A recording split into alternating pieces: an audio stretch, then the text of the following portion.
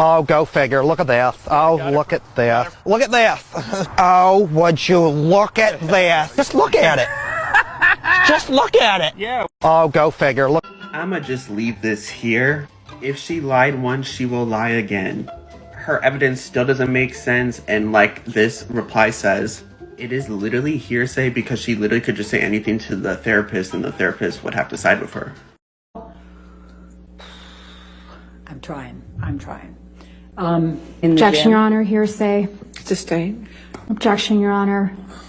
Speculation. All right, I'll sustain his speculation. Objection, Your Honor. Hearsay. I know that it's been said over and over again, but I'm just so annoyed that Amber Heard is flapping around her damn therapist's notes as if that proves that what she's saying is true. Here's the thing. Therapists rely on the narrative from their clients, so they have to believe to some extent that the things that they're telling them are true and factual. For example, if a client comes to me and says, hey, my significant other is abusing me, my first inclination shouldn't be to determine whether or not that's true. I have to accept it as truth, and then where do we go from here? Because that's the point of therapy, is to work through issues. You can report whatever you want during therapy, so when a clinician or therapist writes their notes, they are just stating what happened in that session and what was reported to them. That doesn't necessarily mean that what you said and what you reported is indeed factual. They're just stating what happened. I mean, I just don't understand it. It's not fair. Everybody's like, oh, poor him. Well, what about me? I've been through a lot too. You know what it took to lie? Make all that shit up? Is there one piece of evidence that you wish the jury had seen that you could point to? You say, this would have made the difference. Yeah. What is it?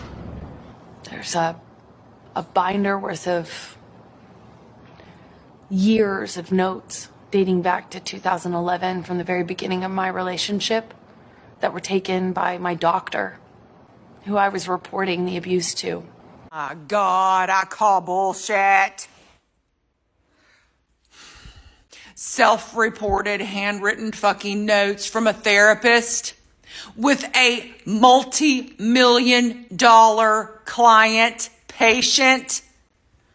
Would you give us a fucking break? That shit is done digitally, bitch. You know it is. You know it is. Handwritten motherfucking therapist notes. A binder full from 2011. A decade of handwritten notes.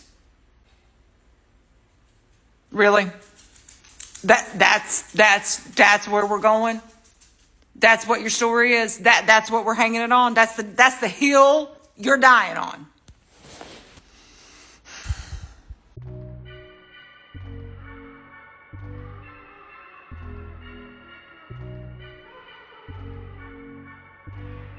Very good point. Most therapists do not write every single word down and use abbreviations. Heck, I'm not even a therapist, and I would abbreviate things and just write specific key points down. What I think she did is she wrote out everything herself, and she handed it to her therapist so her therapist can read it and put it in her file as what she said.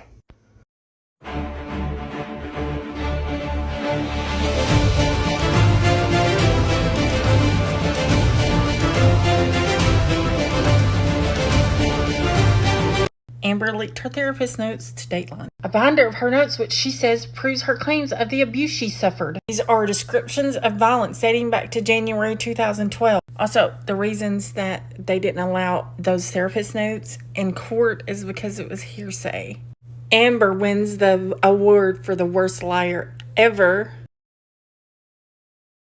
I'm certainly not the first person to make this comment, and many other eagle-eyed viewers have seen this, but as a lawyer who spent a lot of time subpoenaing material from doctors, I want to talk about the Amber Heard psychiatric notes. Now, in my practice, I would say comfortably hundreds, potentially thousands of doctors' notes I've subpoenaed in some capacity to review in relation to some form of case. Those are criminal cases, those are civil cases, those are personal injury cases. I've seen a lot of doctors, and I can say that the notes of that doctor and the way that they were put forward is unusual. Now, I can probably from those hundreds of examples draw on 3 or 4 where the notes looked something like that. So it's not impossible, but I want to say it's highly unlikely. But that detracts from the reality that it is irrelevant and the judge ruled it admissible. And so finally, I would say it's very distasteful. Follow me for more legal TikTok. God, she's a gift that keeps on giving, right? I keep thinking, all right, let's move on to something else, but so many more crazy things keep happening. So I had so many requests for us to keep going. So here we are doing another one. If you like it, leave your comments below. I definitely read them all. Thank you so much for being so kind and supportive. I appreciate it, and look for all kinds of, lots more stuff coming out. More than just like that.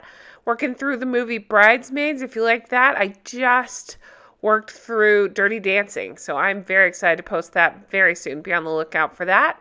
If you want to further support the channel, I actually have a second channel. It's just called RHR.